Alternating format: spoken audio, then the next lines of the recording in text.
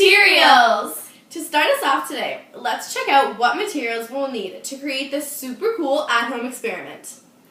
To start, a tall see-through glass to put everything in. Next, we'll start at the bottom of our density layers, with honey of course. The second layer, we'll put a little bit of dish soap. Dawn is preferred, but if you don't have any, that's okay. Our third layer is water. Any type works. The fourth layer is vegetable oil or canola oil. Our fifth layer is rubbing alcohol. After that, we just need a little bit of food coloring to color the rubbing alcohol and the water so it shows up in our density column. To add on to our layers, a straw to carefully drop it into the cup. And a spoon, just in case. The last thing we'll need is 5 cups to separate the amounts equally before we put them into the density column. Let's begin! The purpose of today's experiment is to determine how liquids of different densities will react when sat on top of one another. What do you guys think will happen when we put different density layers on top of one another?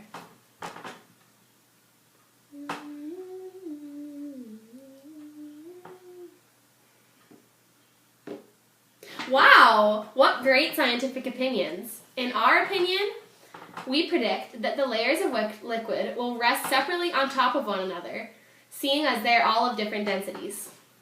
The liquid with the highest density, honey, will rest on the bottom and support all of the other liquids of less density, while the rubbing alcohol, which has the least amount of density, rests comfortably right on the top. Density is defined as the amount of mass per unit of volume, or as we like to say, how closely packed together the molecules are in a certain space. Hi, I'm Sally. And I'm Hallie. And welcome to Super Cool Science Experiments with Sally and Hallie. Hey guys, welcome to another fantabulous episode of SCSE. Today, we'll be learning about a super cool topic. Density. Oh my gosh! And we'll be showing you guys a super cool 5-layer density column that will blow your mind! Step 1.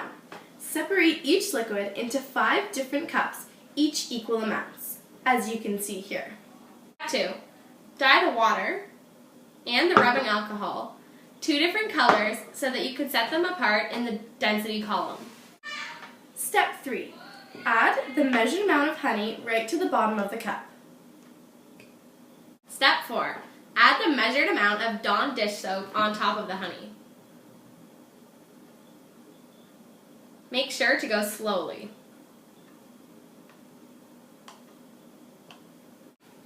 Step 5.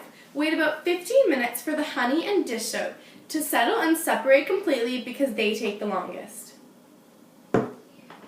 Slowly add the colored water to the established layers. Make sure to go very slowly. Step number 7. With the turkey baster or a straw, very carefully add the vegetable oil to the water layer. Make sure that the oil does not penetrate the water, that it just rests on top. As you can see here, there's 4 different layers. I know it doesn't really look like it because the green here, but we'll talk a little bit more about that in what we observed. Yep. So here you can see the honey layer. If you look really, really closely, you can see that this is the dish soap, this is the water, and this is the oil. So, Hallie, did you observe anything interesting during the making of this experiment? Yeah, Sally, I observed some super cool things. When we were putting the dish soap over the honey, it didn't mix at all. It just stayed right on top. But why is that, Hallie? Oh, we'll talk about that later. So, did you observe anything interesting? I sure did.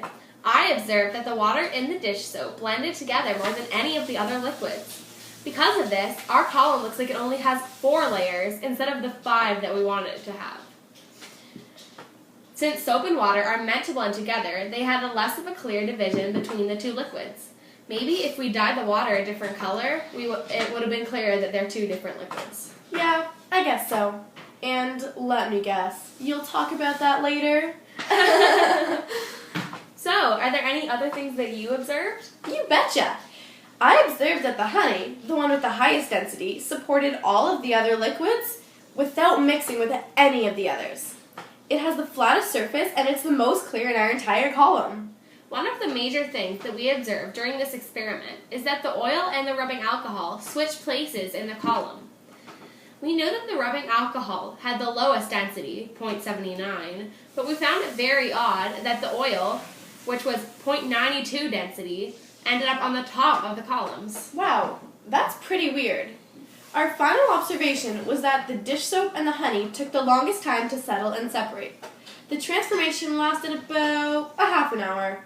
I wonder why that is. So why does this happen? The reason why none of the liquids in our density column mix together is all because of something called density. Density is how close the particles in a certain space are packed together. The same amount of two different liquids will have different weights because they have different masses. The liquids that weigh more have a higher density, will sink below the liquids that weigh less, have a lower density. All of the liquids have different amounts of density. Honey, the liquid with the highest density, 1.42, stayed at the bottom because it had the largest amount of particles packed together in its space than any of the other liquids. Since we use varying brands of our materials for this experiment, each brand has their own secret formula, the density in each liquid might change based on that. Conclusion. We conclude that our hypothesis was correct. We wanted to find out if liquids of different densities would rest on top of each other without blending together.